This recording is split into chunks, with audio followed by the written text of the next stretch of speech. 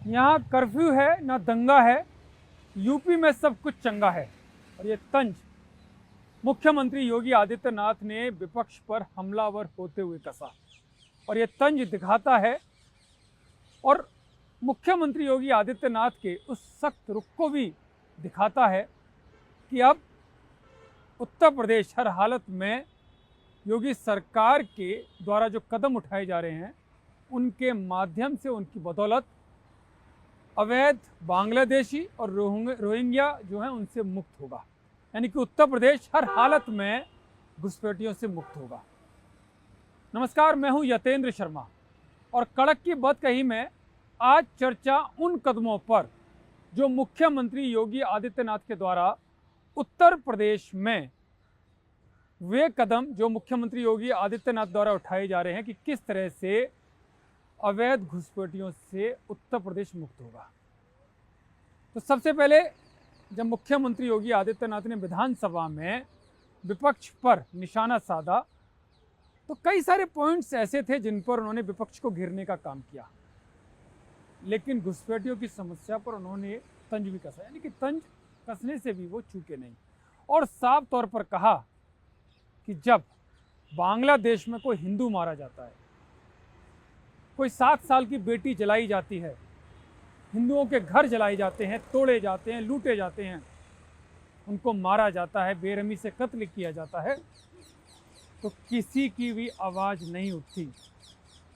जो हमेशा इंसानियत का दावा करते हुए कि इंसानियत के हक में वो लड़ते हैं या मानवाधिकारों के हित में वो हमेशा उनकी लड़ाई रहती है, वो आवाज़ें चुप हो जाती हैं जब बांग्लादेश में हिंदुओं के साथ अन्याय होता है। लेकिन वो आवाज़ें कब उठती हैं, ये उन्होंने तंज कसा। उन्होंने साफ तौर पर कहा कि जब किसी घुसपैठिए के खिलाफ कोई कार्रवाई होती है, जब किसी घुसपैठिए के खिलाफ या जो अतिक्रमणकारी है उसके खिलाफ बुलडोजर उत्तर प्रदेश में चलता है, तो वो आवाज़ें अचानक चिल्लाना शुरू कर देती हैं, वो आवाज़ें उठना शुरू कर देती हैं उन लोगों के हित में जो अगर सही मायने में उनकी असलियत देखी जाए तो वो इस देश के, इस प्रदेश के नागरिक ही नहीं है। तो ऐसे राजनीतिक दल जो ऐसे लोगों के हिमायती हैं वो उस वक्त कहाँ छिप जाते हैं, उस वक्त कहाँ वो चुप हो जाते हैं। क्यों चुप हो जाते हैं? जब बांग्लादेश के हिंदुओं पर प्रताड़ना की इंतहा भी हो जाती है और उनकी आवाज़ तक नहीं निकलती है। इसके साथ ही उन्होंने कहा कि जब चाहे वो केवल बांग्लादेश में, पाकिस्तान में भी इसी तरह की घटनाएं होती हैं तो क्यों मुंह बंद हो जाता है और क्यों वो गाजा पट्टी पर आंसू बहाते हुए दिखाई देते हैं। ये बड़े सवाल मुख्यमंत्री योगी आदित्यनाथ ने आज विपक्ष पर हमलावर होते हुए कहे। और साथ ही उन्होंने कहा कि दलित युवक की जो मौत हुई, जिस पर नेता प्रतिपक्ष की तरफ से प्रस्ताव आना चाहिए था, उस पर प्रस्ताव नहीं आया। उस पर इस वजह से प्रस्ताव नहीं आया क्योंकि वो घटना बांग्लादेश में हुई। उनका प्रस्ताव कब आता है? जब रोहिंग्याओं पर, बांग्लादेशियों पर जो अवैध तरीके से देश में रह रहे हैं उनको निकालने की कार्रवाई की जाती है। और एसआईआर इसका एक सबसे बड़ा उदाहरण है। एसआईआर क्या है? एसआईआर उन फर्जी लोगों को देश से निकालने की, उन फर्जी लोगों को देश के मतदान प्रक्रिया में भाग न लेने की, यानी कि मतदान प्रक्रिया से रोकने का वो प्रोसेस है जो इस देश के नागरिक नहीं है। लेकिन विपक्ष के नेता उन्हीं लोगों के हित में आवाज़ उठाते हुए दिखाई देते हैं, जबकि संविधान कहता है कि देश में मतदान का अधिकार केवल देश के नागरिकों को है।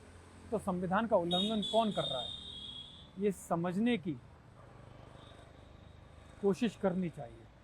लेकिन विपक्षी दल आंख बंद करके ऐसे लोगों का समर्थन करते हैं। मुख्यमंत्री योगी यहाँ पर भी नहीं रुके। उन्होंने साफ तौर पर कहा कि अगर आबादी की भूमि पर, किसी भी सरकारी भूमि पर कोई माफिया कब्जा करके उस पर मॉल बनाता है या वसूली का अड्डा बनाकर उसके माध्यम से अनैतिक या अवैध गतिविधियों का संचालन करता है, तो कोई भी छांगुर जैसा व्यक्ति वहाँ अनैतिक गतिविधियों का संचालन करेगा तो बुलडोजर तो चलेगा। चाहे विपक्ष कितने भी अपने आंसू बहाए, चाहे कितने भी घड़ियाली आंसू बहाए, लेकिन उस बुलडोजर को चलने से कोई रोक नहीं सकता है। मुख्यमंत्री योगी आदित्यनाथ ने आज दो टूक कहा और साफ साफ तौर पर कहा कि कि मरने वाला हिंदू है तो आप बोलेंगे नहीं, लेकिन मरने वाला या जिसके खिलाफ कार्रवाई होती है वो बांग्लादेशी या रोहिंग्या है तो तुरंत बाहर निकलकर सामने आ जाते हैं, क्योंकि उनमें से ज़्यादातर, एक बड़ी बात मुख्यमंत्री योगी आदित्यनाथ ने कही है, बड़ा आरोप लगाया है कि उनमें से ज़्यादातर लोगों का वोट उन्होंने बनवाया या उनकी सरकार के समय में बनाया है। और शायद यही कारण है कि जब उनका वोट कटने का प्रोसेस शुरू किया जाता है तो कहीं ना कहीं आग लगती है, कहीं ना कहीं मिर्ची लगती है, और शायद यही कारण है कि वो तिल मिलाते हुए नजर आते हैं और वोट चोरी जैसा फेक नैरेटिव बनाने की कोशिश करते हैं। तो हिंदुओं पर अत्याचार हुए स्वीकार नहीं हो सकता, लेकिन बांग्लादेशी घुसपैठिए भी इस देश में रहेंगे ये भी स्वीकार नहीं किया जा सकता। और शायद यही कारण है जो मुख्यमंत्री योगी आदित्यनाथ ने कहा कि आज उत्तर प्रदेश दंगा मुक्त नजर आता है। जो उन्होंने पंक्तियां कही, जो मैंने शुरू में बोली, आज ऐसा इलाका या ऐसा कोई भी शहर या कस्बा नज़र नहीं आता जहां पर दंगा करने की कोशिश हो और वहां पर प्रभावी कार्रवाई ना हो। लेकिन सबसे बड़ी बात आती है कि योगी आदित्यनाथ, जो मैंने कहा कि किस तरह से घुसपैठिया फ्री उत्तर प्रदेश करेंगे, क्योंकि पूरे देश में SIR चल रहा है तो उत्तर प्रदेश में भी SIR की प्रक्रिया चल रही है। लेकिन जो आधिकारिक रुख है वो साफ तौर पर है कि जो गृह विभाग है और जो विशेष तौर पर पुलिस को जो विशेष निर्देश दिए गए हैं वो यही है कि उनकी पहचान और सत्यापन में कोई भी ढील ना दी जाए। जो उनके डॉक्यूमेंट्स हैं, जो मूल निवास प्रमाण पत्र हैं, उनका वेरिफिकेशन कठोरता के साथ और बड़ी संवेदनशीलता के साथ किया जाए, क्योंकि कोई भी ऐसा भी ना हो कि जो सच में इस देश का नागरिक है, चाहे वो किसी भी धर्म का हो, उसके साथ अन्याय ना हो। इस तरह के निर्देश दिए गए हैं और इसको लेकर एक विशेष अभियान चलाने का निर्देश योगी सरकार की तरफ से दिया गया है। इसके अलावा इसमें बड़ी भूमिका पुलिस और इंटेलिजेंस की भी है, क्योंकि इंटेलिजेंस और पुलिस की इस वजह से भी क्योंकि उसमें कोई कमी ना हो, उसको लेकर जो पुलिस का आधुनिकीकरण है उसको लेकर भी विशेष अभियान योगी सरकार के द्वारा चलाया जा रहा है, उस पर जोर दिया जा रहा है। और ATS और लोकल इंटेलिजेंस यूनिट्स को एक्टिव किया गया है ताकि संदिग्ध गतिविधियों पर उनकी पैनी नज़र बनी रहे। और अगर सरकारी आंकड़ों को देखें तो हाल के पिछले कुछ वर्षों में हजारों की संख्या में ऐसे संदिग्ध मामलों की जांच की गई है। इसके अलावा केंद्र सरकार से भी घुसपैठ, क्योंकि केंद्र सरकार से भी समन्वय लगातार किया जा रहा है, क्योंकि घुसपैठ एक ऐसी समस्या है जो केवल जिला स्तर या प्रदेश स्तर पर नहीं, वो राष्ट्रीय स्तर पर इसका प्रभाव देखने को मिलता है। और विदेशी नागरिकों की पहचान सही से हो और FRR हो और केंद्रीय मंत्रालयों तक इन मामलों का नोटिस भेजा जाता है ताकि आगे की कानूनी कार्रवाई उनके माध्यम से की जाए।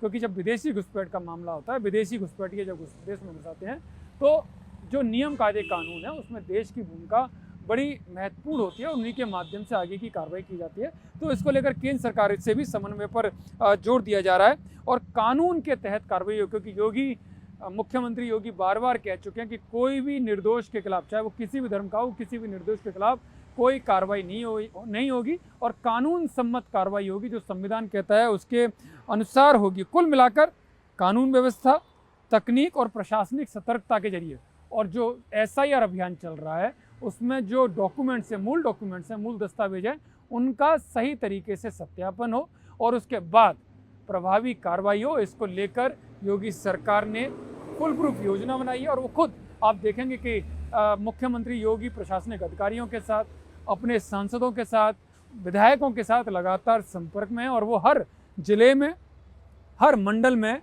खुद मॉनिटरिंग कर रहे हैं, खुद जा भी रहे हैं, दौरे भी कर रहे हैं, क्योंकि टारगेट एक ही है कि उत्तर प्रदेश को घुसपैठिया मुक्त बनाना है। और ऐसे में जो भी कदम हो वो हर संभव कदम उठाए जाएं और सख्ती से उसका पालन किया जाए।